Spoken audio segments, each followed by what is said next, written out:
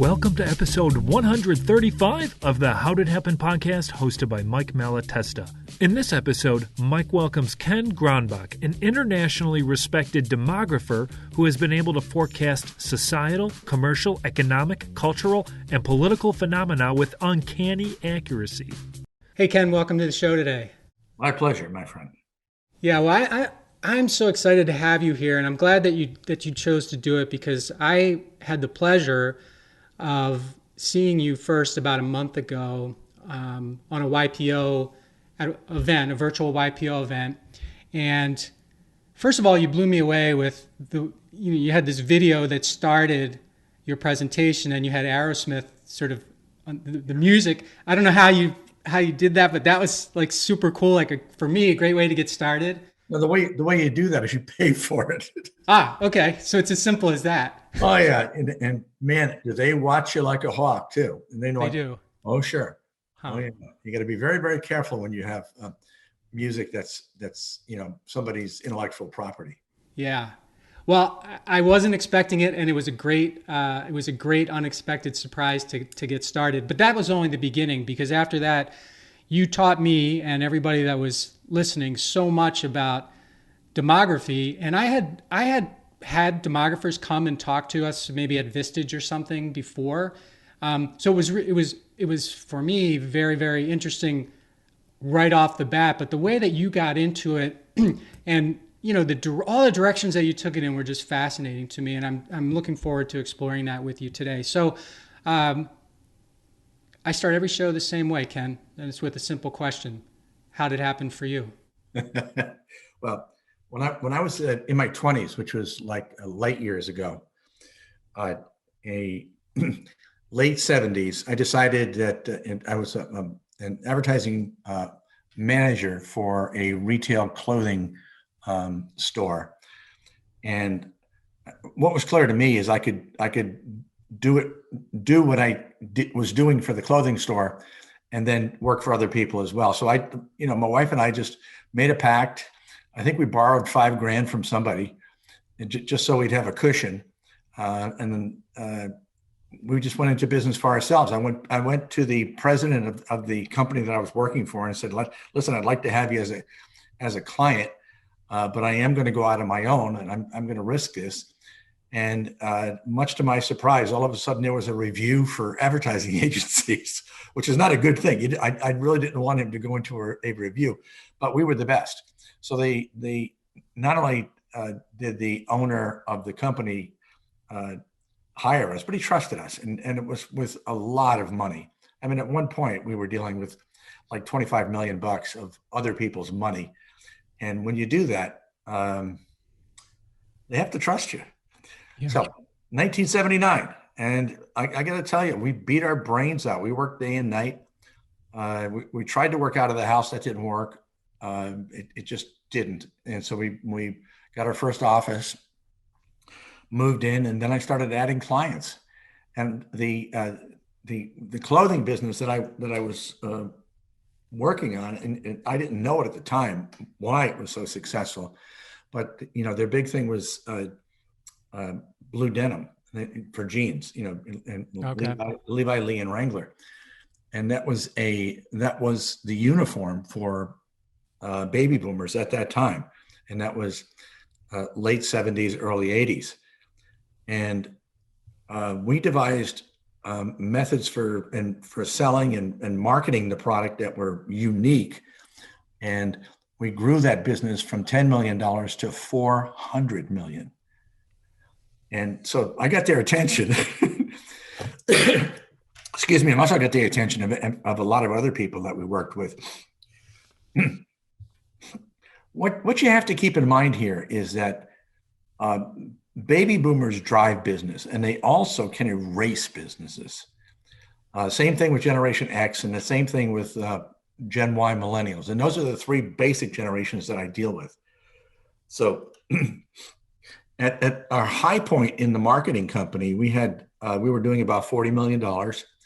We had 40 people working for us, which was a good ratio. I mean, that was a healthy ratio, people producing $1 million each. And we bought a beautiful $100,000, 100 square foot uh, old department store that we put our offices in, but we kind of ran amok in that. And I'll tell you about that because I want your entrepreneurs to be careful about certain things. And one of them is be careful with banks. Respect banks. Banks can really make you or break you. But you have to keep in mind that at one point we were lured into buying this 100,000 square foot building, and the deal was it was going to cost about $2 million, and they were going to give us $1 million up front, and then we're going to give us $1 million when we were done. And so we used the first $1 million to do all the improvements on this building, and it was award winning. It restored a whole downtown. It was a model.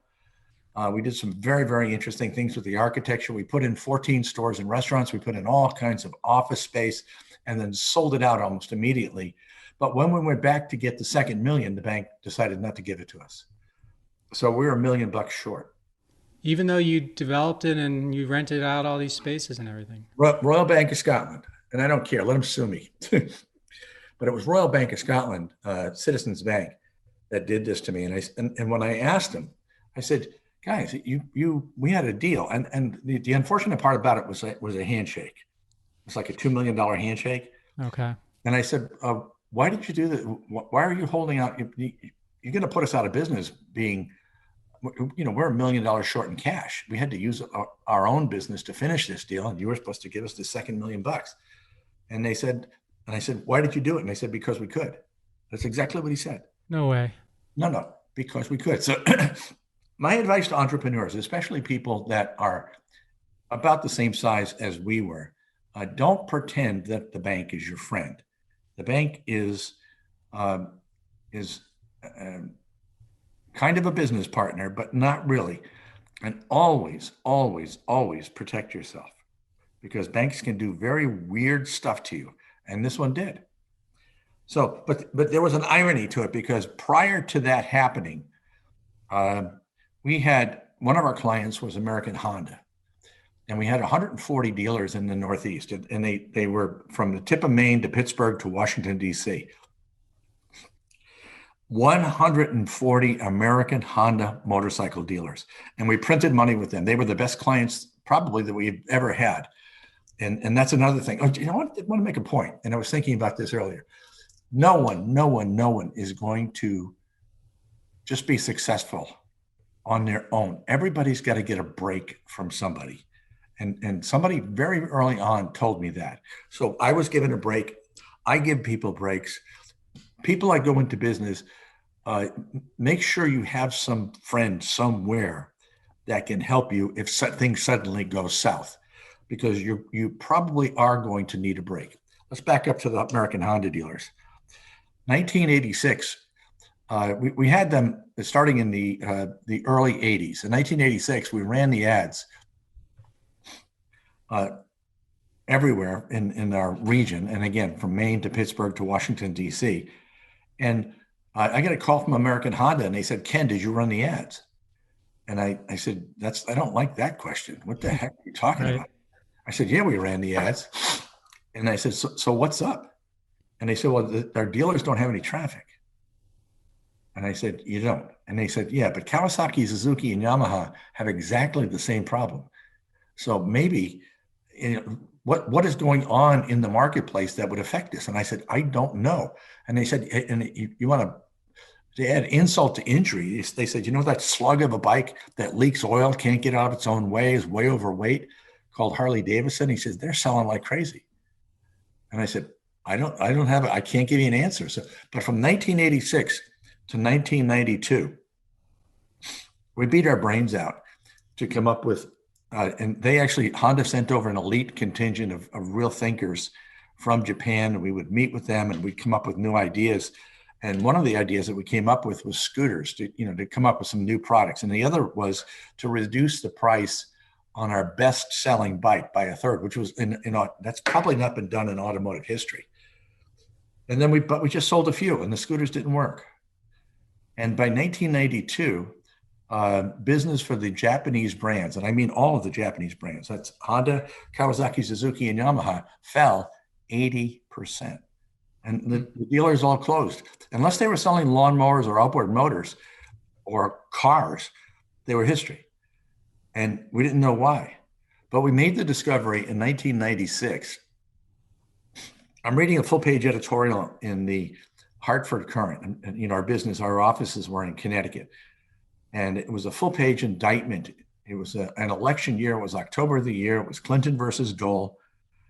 And it was saying that Generation X, and I'm assuming that most of you, like you mentioned, that your entrepreneurs are Generation X, people that are currently 36 to 55, people that were born 1965 to 1984. That's Gen X.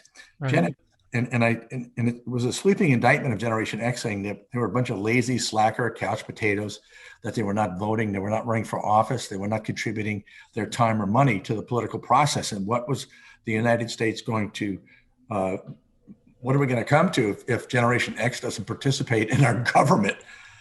And I have 40 people working for me. 30 of them were Gen Xers. I didn't have any lazy people. So I called in our research department and I said, go find out everything you can about Generation X. I want to know everything. And so Bureau of Labor Statistics, CIA, fact book, census data, whatever you can find. And he came back, it was just one person. He came back at the end of the week and did a report. And he said, Ken, Generation X will never perform at the level of the boomers. And I said, so they're lazy. And he said, no, there's fewer of them. And that was a turning point. I said, what? He said, there's fewer of them. I said, are we comparing 20-year generations with 20-year generations? And he said, yeah. He said, the baby boomers were born 1945 to 1964. Generation X was born 65 to 84. 20-year generations, Americans, apples to apples comparison. I said, well, how can there be fewer of them? He said, they had fewer parents. There's 9 million fewer of them. And I said, 9 million, what's the percentage? And he said, 11%. I know from a marketing standpoint, if you reduce your market gets reduced by 5%, you're out of business, because most of you are 5% after tax profit. I said, 11%? That's the difference in these markets? I said, peak to valley, peak of the boomers in 1957 to the trough of Generation X in 1974. He said, about a 35% free fall. And I said, you gotta be kidding. I said, we just discovered what happened with motorcycles. Right. Yeah. What happened with the boomers that they didn't produce the offspring that you would expect from such a large generation? Was that something you figured out at that time too, or? Yeah, Generation X are not the kids of the boomers. Generation X are the kids of from the one before. Okay. Yeah, the silent generation was born 1925 to 1944, and it's currently the smallest generation of the last 100 years. Okay, I got it. Yeah, so it skips okay. Generations skip a generation, and then you have the kids. Now, this big picture is 30,000 feet macro. You'll find anomalies in that, but not so. So what we discovered was that the last of the baby boomers exited the demo that we sold motorcycles to. We know we sold motorcycles to men 16 to 24 years old, period. That was it. Because at 25, they sold the death wish and got married and had kids. And that's who they were. The generation right behind them was too small to sustain the market. It just couldn't sustain the market. So I said, we solved motorcycles, but what else has this terrible generation done? And we went and took a look. We went back and looked at when they were born. They shut down Generation X, again, born 65 to 84. Generation X shut down maternity wards. They shut down the toy industry. They shut down the bicycle industry. They shut down the motorcycle industry. They shut down the car industry. And in 2008, they shut down the housing industry. And you're not done. Because there is a silver lining, and the silver lining is because Generation X was so small and missing 9 million people, and because the baby boomers demanded so much labor from the generation right behind them, Generation X, that Generation X was sustained or boosted by Latinos coming from Mexico. They came in by the millions, probably 20, 30 million. We're not sure. They didn't all stay. But now Generation X is actually, in terms of just numerics, is bigger than the boomers, but it is about a third Latino.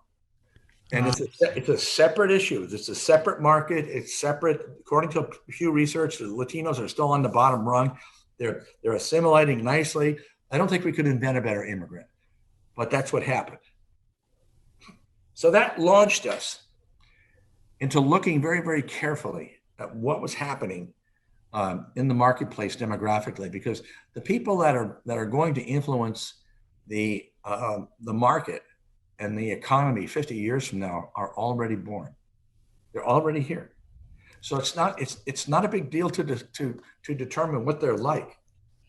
We're putting a lot of faith in Generation Y millennials, because Generation Y millennials, who were born 1985 to 2004, when you factor in immigration to them, they're 88 million. It's the largest generation ever in the history of our nation, and they're only just now being welcomed into the labor force. They're going to change everything. And one of the biggest things they're going to change is the way corporations are structured, because chief financial officer is going to wax pale compared to the chief human resource officer, because we're literally talking about 3 generations in the workplace, and it's going to be a complex issue because they're from different planets. The boomers are still there. X is still very there and providing us with a management shortage that won't stop. And then you have Generation Y millennials who are just now entering the labor force. So it's a very exciting time. One of the things you said in your presentation, and it's in your book too, is that millennials don't suck. And you said earlier that, you know, when you went to look at, or your researcher went to look at Gen Xers, or people were thinking they were lazy slackers. And I think nowadays Gen Xers are saying about, you know, Gen Y, oh, they're lazy, right? They don't want to work. And so I wondered, first, your thought about that, but second, isn't that what every generation kind of does? They always think that they were better, stronger, faster, better workers, all that, than the previous generation. That's sort of the way it goes, isn't it? Very astute observation. Very good. That's exactly correct. Well, two things. One, we always pick on the new generation. Yeah. And how do I know that? Because, see, I grew up with the hippies. I don't want to give away my age, but anyway, I was there when the hippies came on the scene in the late 60s and the 70s. And everybody, and I can remember going to my father, my stepfather, and he said to me, "Oh, so sex, drugs, and rock and roll, that's how you're going to run the country?" And I said, it sounded good to me. I mean, at the time. Why not? Yeah, why not? But and he says, really, he says, you get a bunch of hippies that are drugged all the time and don't work and want to be socialists. He said, is that the future of our country? And I said, I really don't know. But you know what happened? Is the hippies disappeared. Why did they disappear? Because they amassed wealth just naturally. And, you know, when you're young, you tend to be a liberal. And when you're older and have accrued some stuff you want to protect, you're a conservative. So the hippies just became Republicans. Right, sure. So off we go. Yeah, we pick on the last generation. And right now, I tell folks, I say, listen, millennials don't suck. You're just old. You know, get over it. They're going to be fine. How do I know that? Find me some hippies. And I said, it's not, they're gone. They grew up. We're human beings. If you just look at the basic premise of human beings having a given personality, a natural personality, and allow them age through the process, you can anticipate what's next, which is why who was it? I was with somebody from Wall Street the other day, and they want me to get involved in something to do with Wall Street. I'm not sure what it is yet, and I'm kind of cautious about that. And he said, so you could just forecast what's next based on folks' age, and you can actually come up with accurately figuring out the markets that are next. And I said, yeah. I've gotten pretty good at that. And I said, it's not because I'm wicked smart. It's because I can count. That's it. A lot of people, for instance, I'll give you an example. Generation Y millennials, what do they have to do with housing? Well, half of the people in the United States, of the 330 million people in the United States, live under one roof. Who are they? They're the baby boomers and their Generation Y kids. The Generation Y kids are finally being welcomed into the labor force because their baby boomer parents are leaving it. Finally, they're leaving, they're moving out. And so these kids are being sucked into the labor force, which means they're going to leave home, they're going to start their own households, they're going to get married, and they're going to have kids. But there's only one problem. We physically, because in the United States, we have about 155 million homes or living structures, or I forget what we call them, housing structures. Housing units or something? Yeah, whatever. It could be everything from a motorhome to a condo to a house in the suburbs to a mansion. But we're about 25 million houses short of our needs. And so there's an option. The millennials are going to live in their cars. No, they're going to live in houses. So what's going to happen? We're going to build them. And I'm telling you, when you go to the places where millennials are moving in, where you see movement. I live in South Florida. I live in Bonita Springs, South Florida, Southwest Florida. I can't believe the structures, the housing units that we are building down here for folks. One, for boomers that are going to move in and rent because they didn't provide for their retirement, or the kids that are going to support them with labor, because the population of Florida is going to go from like 22 million to about 35 million in the next 10 years. So what's the net of that for an entrepreneur? You can forecast what kind of market is coming your way. And if you get in front of it and you capitalize and you train and pray and do everything right, you're going to do really well. But if you come in on the tail end of a market as an entrepreneur, that's something you don't ever want to do. You don't want to be a part of a shrinking pie, because you might grab some market share, but it will never be easy. It'll always be hard. So that was one of my principal points when I would tell people, when I was in my marketing company and we had these two things overlapping, where I was essentially learning about demography and still in the marketing company, a fellow came to me and said, should I go into the eyeglass business? And I said, who is your customer? And he said, a 42 to 45-year-old male. I said, well, you're about to be hit by a wave of that age. So let's do it. So we went, he was like doing about $1 million in a small store. We took him up to, I believe, like 15, maybe even $20 million. And it wasn't that hard because there was such a demand. Same thing with baby boomers. We discovered that baby boomers, this huge block of people born 45 to 64, started to get older and were not sleeping well. And it's a very natural thing. It's harder for you to sleep when you're older. And so this bedding company, we took them from selling a few $1 million up into $20 million, because it wasn't hard selling mattresses to a massive market that had a need. But you don't want to be, like right now, you don't want to be in the motorcycle business for Harley Davidson selling motorcycles to boomers because they can't hold them up any longer. The boomers are currently 56 to 75. It's very, very difficult. So the bottom fell out of the Harley market a few years back, and it's never going to come back. It just isn't. There is no new market for them. And we knew that, and we knew it definitively. So what's the key for an entrepreneur? Get in front of an expanding market. Okay, how do you determine what market's going to expand? You talk to me. I'll tell you, or read one of my books, because it's really not that hard. It is a big picture issue. It's not DNA. It's very simple. Yeah, and I think you said when you were talking about the eyeglass fellow, you said, who is your customer? And that was a question you talked about in the previous talk and in the book. I think so.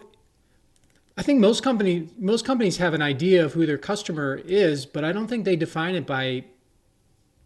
Typically, we don't define it by the demographic of the customer. We define it by something else, the business the customer's in, or the types of products or services they sell or something. So can you share a little bit more about how important that question is? Who is your customer?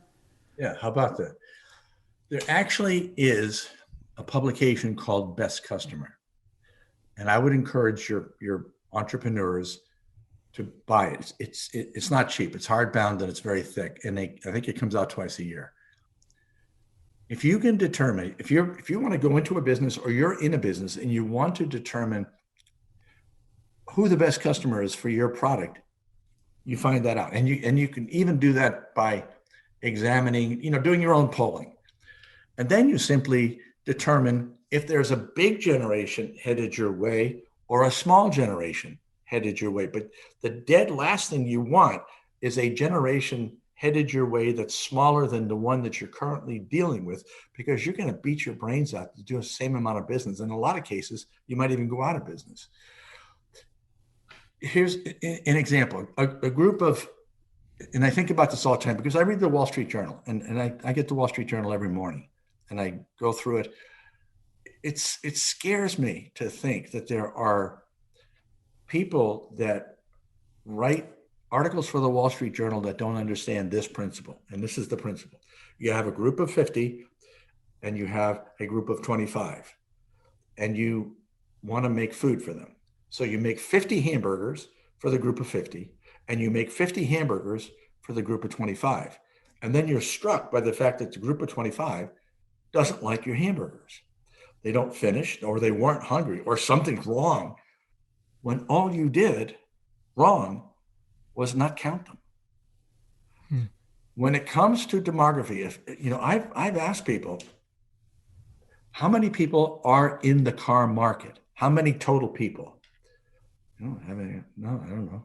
How many total people in your area wear glasses? I don't know. Why don't you know? Because you need to know. And you need to know if that number is getting bigger or is getting smaller, because that's going to be everything. Now, you may think you're wicked smart because you're selling a lot of something, but that just may be that you're looking at the tail end of a very large market. But you better prepare for what's next. I tell folks all the time, what is the most important question in marketing? And that is, how many people are there in my end user market? And is that market getting bigger or smaller? Now, because if it's getting bigger, I have an opportunity. If it's getting smaller, I have a problem. Let's say it's getting bigger. Here's another issue, because entrepreneurs need to think of this. I was just recently, I spoke in Wisconsin. I don't know why are you in Wisconsin right now? I am, yes. What is it with Wisconsin that's sucking me in? Anyway. Well, it's because our demographics are terrible. So people want you to come in and tell us how to fix it. Not only that, you're in 20 years, from 2010 to 2030, you're only going to grow about 3%. Right. Well, I'm not going to tell you who, but I'm speaking. I actually spoke in person twice in the last 6 weeks. I said, your business is expanding. You're growing. You're doing it. You're doing in the billions. Yes, we are. I said, you have a problem. Oh, what's that? I said, talent pool. Oh, what do you mean? You mean you've never counted the number of potential people that you could hire? Because if you haven't done that, why are you building your plants in this area where there is no population for you to draw on to bring people in? So what you're going to end up with is a bunch of B players, because there physically aren't enough critical mass of people in this talent pool to satisfy your needs. Never thought of that. Why didn't you think of that? Right. Yeah, you have to be. One of the biggest problems I had in my marketing company when I was in Middletown, Connecticut, was simply that there weren't enough talented people there. I needed very creative people, so I had to bring them in from the outside, which was expensive. And you have to take that into consideration. You really do. Does that help? Yeah, it helps a lot. Can we back up for a second, back to no hard questions, okay? Yeah. Well, first of all, I noticed you went to school in California and then you ended up starting your business in Connecticut. So I'm a little bit interested about where you've been. and how you got to various places. But then I'm interested in talking a little bit more about what happened after you'd made this development and the bank screwed you, and how you ended up making the transition to becoming a demographer full time. Because there's a lot there that I think people would be interested. I would be interested in learning. Well, I'll encapsulate it if I can. Yeah. Okay, so we were $1 million short in cash because we had used up our open to buy and other things to pay off the vendors for this 100,000 square foot department store that we bought, and it really was a beautiful piece of work. But when you're $1 million short in cash, you're done. And you're just done. There's no way to fix that, and there wasn't any way to fix that. And then my good clients started to think that because I was shaky, they're not going to let me handle their millions of dollars. So we lost it. So between then and about 2005, I tried a bunch of things. I tried to get into the CD business. And I had come up with a lot of different concepts. In fact, the name of our company is KGC Direct, and direct would be direct mail. But I just happened to like the word direct. Okay. And so we kept it. But I made a discovery in 2005, and that was that I was encouraged to write a book. I did, and off we went. And then we wrote another book. Well, anyway, once I wrote the book Common Census, once you write a book, people think you're smart, and there's a whole market that needs people to come and speak at conferences. And so I said, well, I'll give it a go. So I started, if I could, if anybody would hold still long enough, I would talk to them, and I would tell them all about my discoveries. And it just built and built and built to the point where now I have a wonderful business in the absence of COVID, speaking at conferences. It pays extremely well.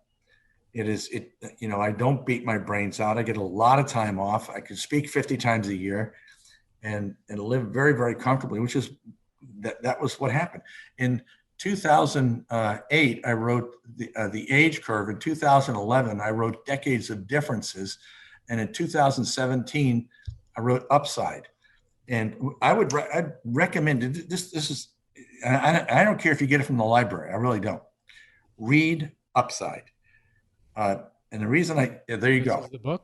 This is the book. Yeah, I just read it. It's very great. It's an excellent book. Well, it's from 2017, and you would think, well, maybe it's not. No, it's demographic data does not go out. It does not age out.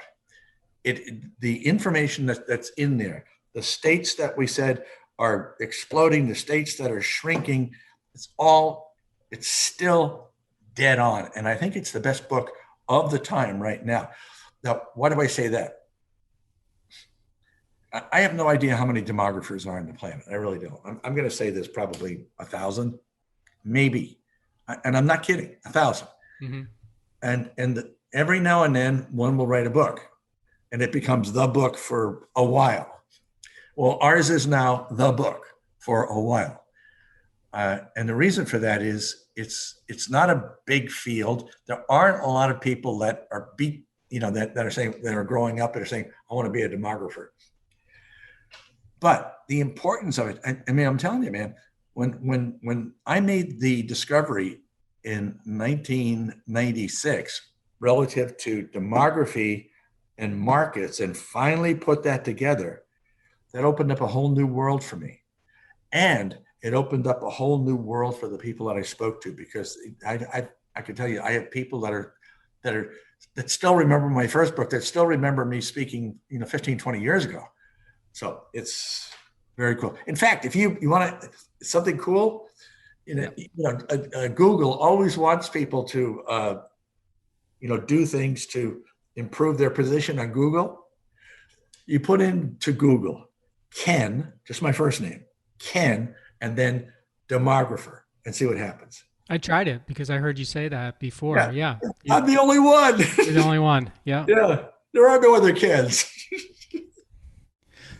Well, so I appreciate you sharing that story with me because it's very interesting how you had this, you had a very large business. You went through this unfortunate thing, but you actually took a piece that you learned out of it, out of going through that with your researcher and stuff. And you said, hey, there's something here.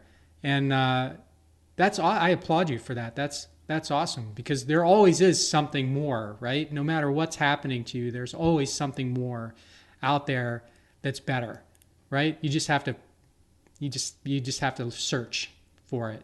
What my wife insists on this. I mean, and because I subscribe to what you just said 100%. She said, "Do you want to know how you succeeded?" Referring to me, and I said, "How?" She said, "One, you never gave up, and two, you would if the Kiwanis wanted a speaker, you would speak. If the garden club wanted a speaker, you would speak. Right. Never stopped. Now, not only do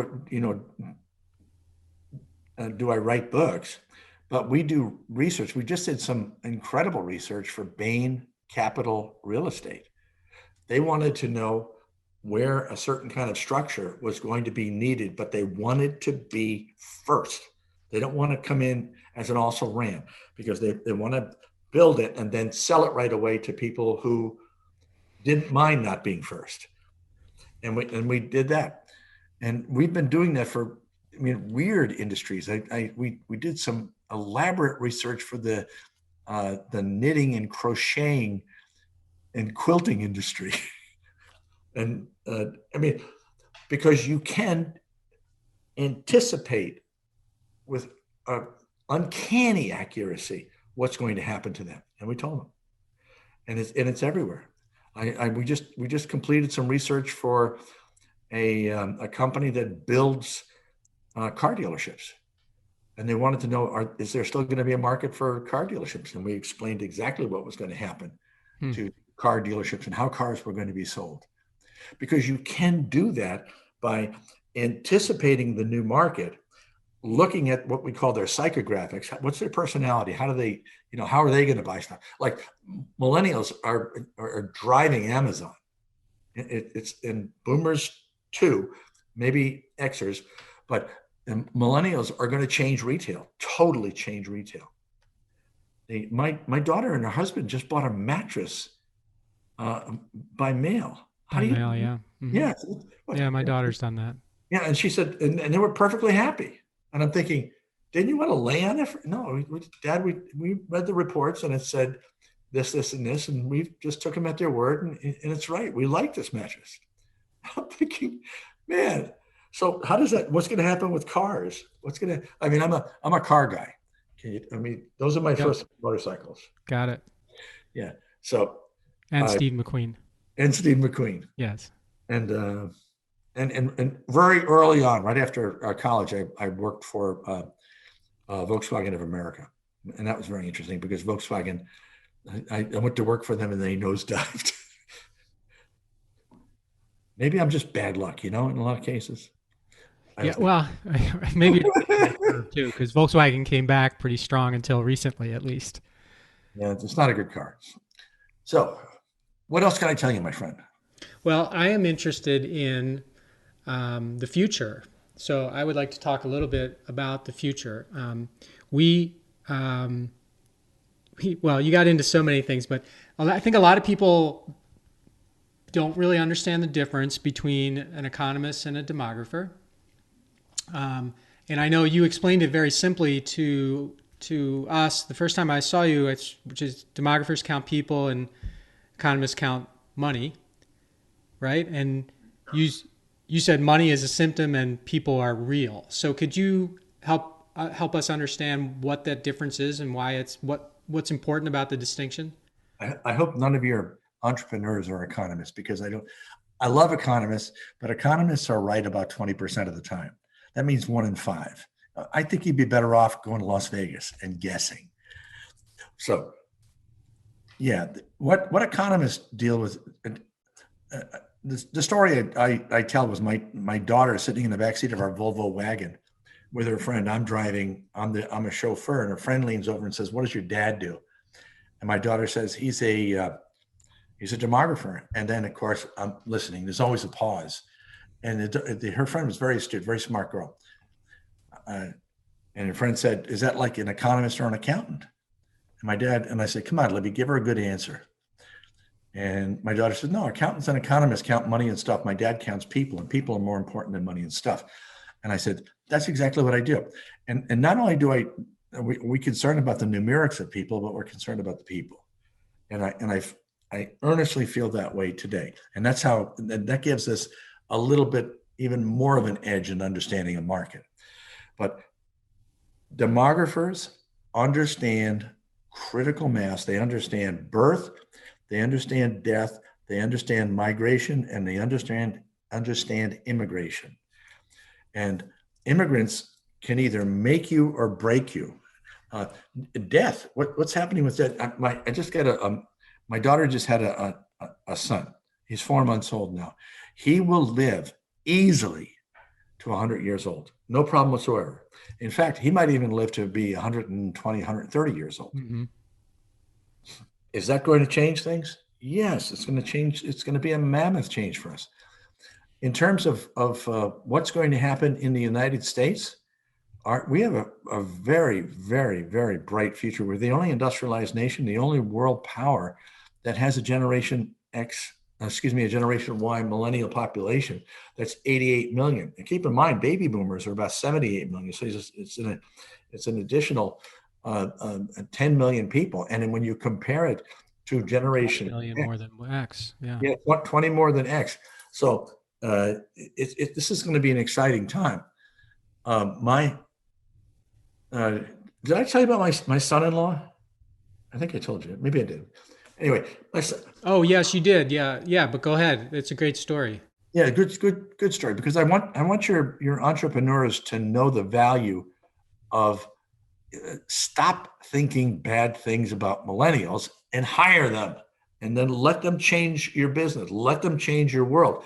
I wanted my daughter to marry Tim Tebow, and I was going to set it up. I mean, no, but I like Tim Tebow, and I really respect him. She came home and she said, "Kyle has proposed and I accepted." So I said, "Okay, what does Kyle do?" And she told me, and I said, "How much does he make?" And she told me, and I said, "That's not going to cover your cosmetics." And my daughter's very cool. She just looked at me. She said, "Dad, I've got this. Okay, you stay out of it." So Kyle came and asked me for a hand, and we were talking. And I said, "Kyle, what are your hobbies?" I'm thinking we're going to go drag racing together. We'll work on the car. We'll hunt and fish. And he said, I like video games. And I said, "My life is over." Yeah, he's going right into the stereotype that you've already constructed. So Kyle, before they get married, he sees an ad in the Hartford Courant or online at Travelers Insurance and for IT people, because he has a 4-year degree in IT from UConn. He goes there, they grab him by the legs. They won't let him go. They give him a big increase in salary. But I noticed that Kyle is not going to work in the way that I would go to work. He's wearing shorts, he's wearing t-shirts with messages on them. Sometimes he just stays home. And I said, "Kyle, what's up?" I said, you work for Travelers, right? He said, "Yeah." I said, "Well, it doesn't appear like you're taking this very seriously." And he said, "Oh yeah, very seriously." He said, "What Travelers gave a bunch of geeks who I'm working with, he gave us as a group the job of correcting their loss of several $1 billion in the fires in California." And I said, "You can come up with a solution for that?" And he said, "Yeah, I can." So what he did, because he came home a year ago with an award for a patent, and the patent was for an app on your phone that guys in the field could plug in some information, take a picture of a house, and it would tell them whether they should insure it or not, for fire, for flood, and for storm. And I said, are you kidding me? I said, do you have any idea what that's worth? And he said, yeah, they told me it was worth a lot of money. He said, they own it. I wanted to make that very clear, but they pay me and they pay me a huge bonus. What's my point? My point is Generation Y can multitask. Generation Y is unbelievable. Generation Y, and not only that, they're good people. I think they're ethically good people. I think they're the whole idea of the whole non-bullying. They won't work for mean people, which is very, very important. But they're going to change the way the United States works. And I would encourage your Generation X entrepreneurs to hire Generation Y without fear. Now, keep in mind, it's going to be a bit of a challenge training them, but without fear, because they're the future. And and because there's so many of them, you can hire the best and the brightest. One of the problems that we're having right now with police departments in the United States is we've had a problem with police just making bad judgments, stupid judgments. I mean, I really respect police. I really do. And I thank them for their service the same way you would thank somebody in the military. But what have police departments had to do for the last 20 years with Generation X? They pretty much had to hire anybody with a pulse. Right. Recruiting. Yeah. Very difficult. Yeah, very difficult. Now they're going to have the biggest crop of talented people, including women. Many, many, many, many more women cops are coming in. And that's going to change our whole way that we enforce the law. And on top of that, you want another good thing? We're going to have fewer criminals. Why? Because crime is committed by men 15 to 30 years old, about 70% of the crime. Men, not women. Men are 10 times more likely to commit a crime than a woman, which would, you might want to think about that when you hire a CFO. Yeah. So the generation behind the millennials that's moving into that 15 to 30 is small. So we're going to have fewer potential criminals and better cops. So are we in good shape? You bet. We're in wonderful shape. So let me ask you about a couple of, first I got a couple of global I'm going to ask you to put your futurist hat on things. And since you brought up the police, one of the things that we talked about was, you talked about was prisons and the number of, the prison policy in the United States. So I'm interested in getting your perspective on the prison policy. And you also had a very interesting perspective on the prison policy in China that I don't think gets talked about very often. And it's something people should know because, the United States gets there's a lot of discussion about how we have too many people in prisons. It's probably true.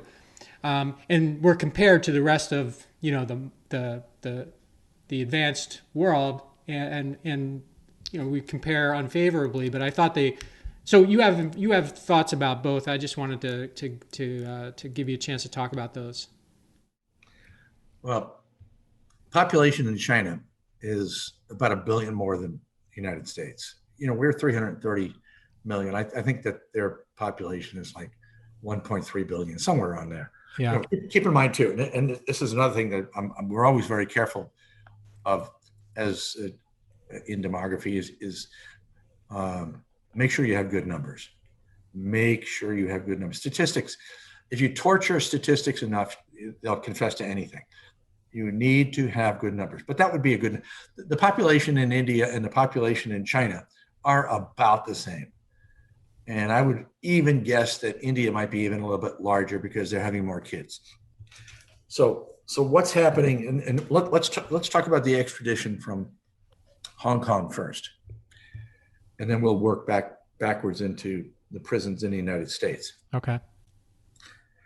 Why, if you're in Hong Kong, are you so against being extradited into China to serve your sentence?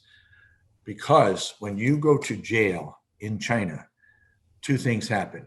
You become labor, which, you're not allowed to just lay around in your cell. You're labor, and you're free labor for the government, and that shows up in the price in Walmart. It really does. And the other one is you become an inventory. Why? Because China does about 100,000 plus, maybe more, organ transplants and they don't have an organ donor program. So where do they get their parts? They get them from prisoners. If you are a prisoner, you get a physical when you go to jail in China. And it's not to see if you're okay. It's to determine your blood type. It's to determine how compatible you would be to certain needs. And if somebody needs your heart, you get called out of work for that day and disappear. That's what happens. It's freaky. It really is. And just to put another dimension on that, how many more men are there under 40 in China? About 90 million. I'm talking from 40 down to 0.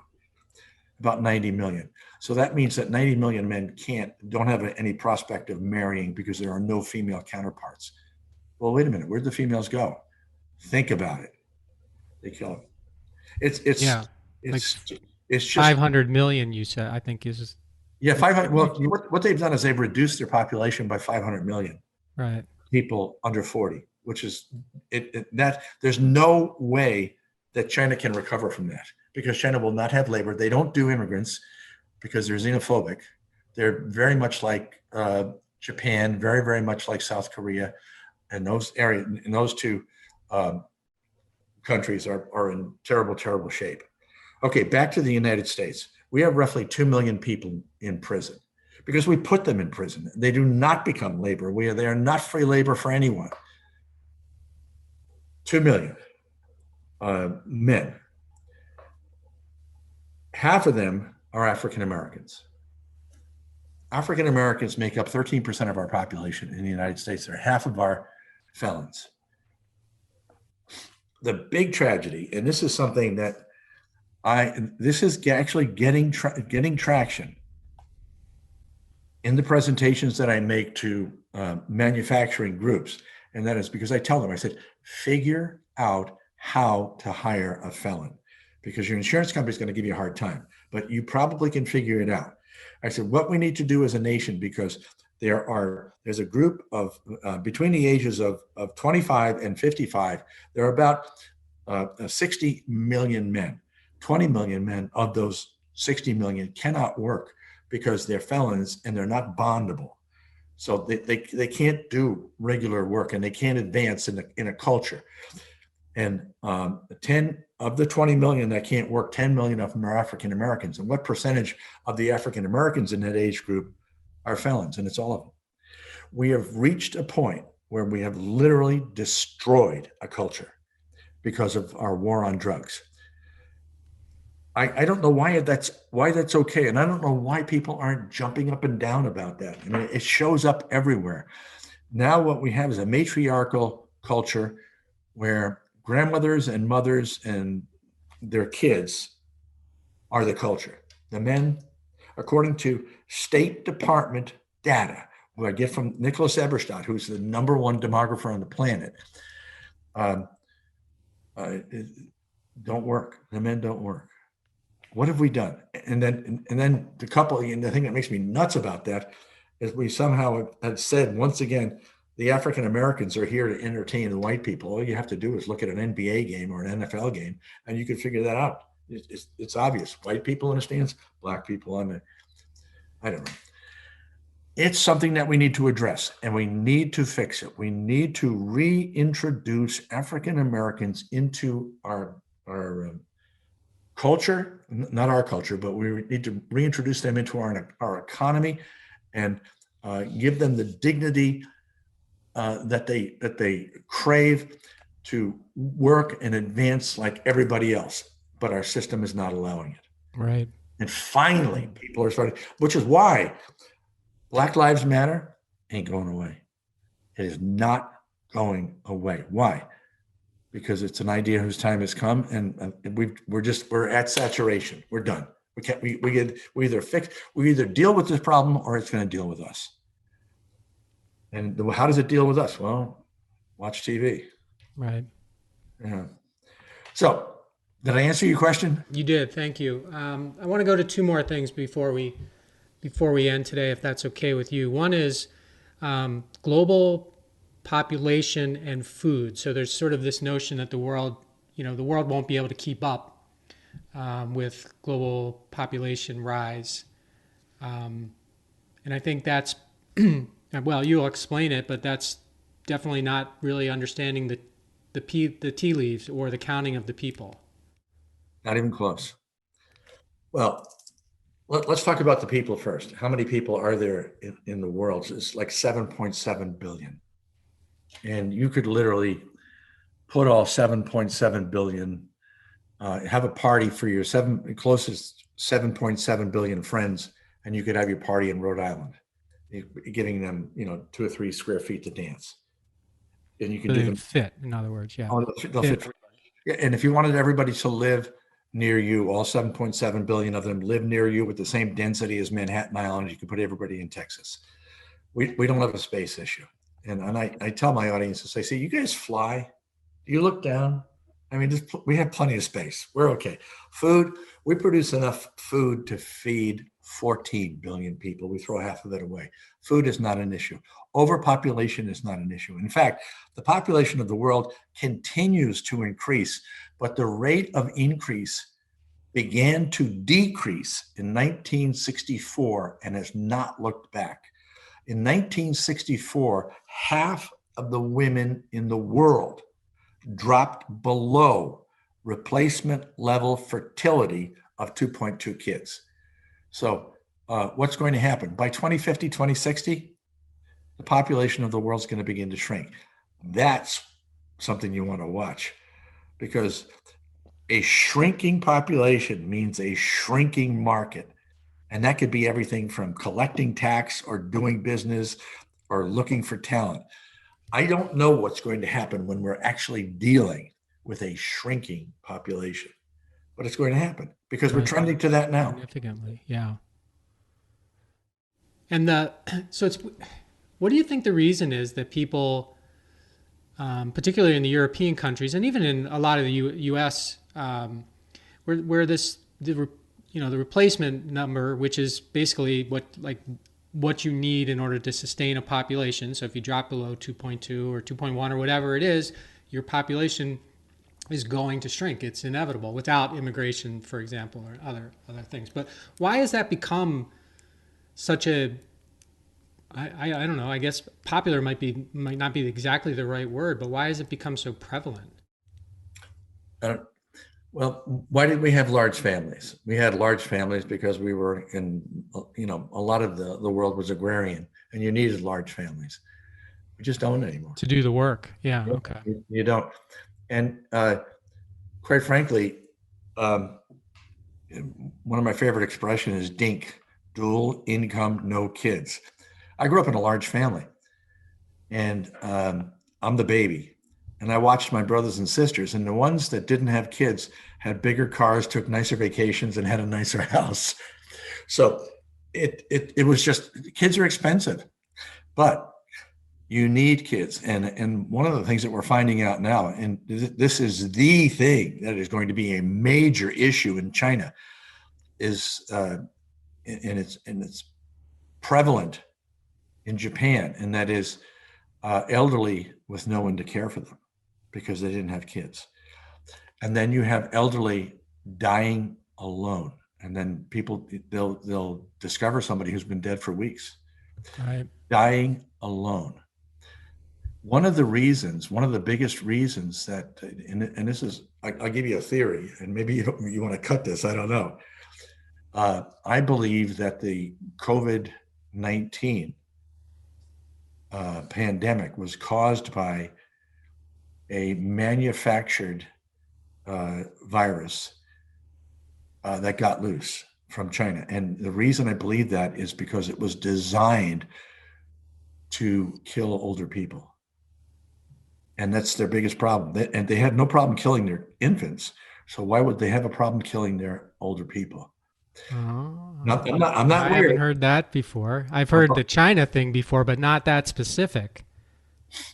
I don't think it was ready to do what they planned for it to do, but I think it somehow got loose. And the evidence is everywhere, because what it does is that you have so much comorbidity because it kills elderly people. Right. it's so. That's what I tell folks. God bless America. I wouldn't. I can't go to China. We're working on doing a major documentary with this because I think it'd be very good for us, and we believe we've put together the wherewithal to do that. But I've had Chinese contingents walk out of my presentations. I mean, like 20 people at a time. Oh, no kidding. Oh yeah, and it's no secret. My theories are I don't hold back. China's going to have a problem. China's going to. I don't know that China's going to recover from this. And I'll tell you this too. One of the things I've told people, I said, watch for China to go on a war footing. A war footing. Why? Because when you're on a war footing, like North Korea, where the United States is the invasion by the United States is imminent all the time, then you don't have to worry about feeding your people because they're not worried about that. They're worried about the war. Oh, right. Okay. Gives you a reason not to. Yeah. Okay. I see. Okay. So watch what happens with China and the South China Sea and all the saber rattling and everything. They are going to go on a war footing because they are not. Demographically, they are in awful, awful shape because they've literally removed 500 million people with their one-child-only policy below 40. Who's going to run things? Right. What's their labor? Well, I know you mentioned that they're, spending big money in Africa now to try to, control mineral rights, I think, for one, but also maybe to recruit people to work, just like Japan recruited people from all over Europe and other countries to help provide services to them, right? You'd think, except, so what they did, what China did is they experimented with that and they brought in Africans to live in China. And when the COVID thing hit, who were the first people they drove out? The Africans. I can't give you a real reason for that, but it's like they tried to blame it on them. Who knew? Well, Ken, this has been phenomenal. I wanted to ask you about pollution and how the future sees pollution and climate change, but I'll save that for another time, and I'll let you go with. I appreciate that. I do want to encourage everybody to read Read Ken's book, Upside: Profiting from the Profound Shifts Ahead. What's cool about this book is not just the stuff he was already talking about, but at the end of many of the chapters, he actually has investment ideas for you to consider based on what the chapter was about, which he does say you've got to do your own due diligence on these things, but that's like actionable stuff to consider, not just, it's not just, people talk. It's real talk too about what to do. Like he said, that was the idea. Yeah. Who is your customer? I won't forget that. And I'm going to focus a lot of time myself on that as well. So Ken, thank you so much for being on the show today. I've had a blast and it's been a real pleasure. It's a pleasure being with you. Take care, my friend. Okay, will do. Bye-bye. Thanks for listening to this episode of the How Did Happen podcast, where we believe that success doesn't happen unless you make it happen. You can subscribe to the podcast on Apple Podcasts, Google Podcasts, Stitcher, or wherever you like to listen. And while you're there, please rate it and leave a comment as well. I'd love to hear your thoughts about the show, ideas for future guests, or whatever you'd like to share. And of course, you can always find me at MikeMalatesta.com. See you next time. Thanks again for listening to the How Did Happen podcast.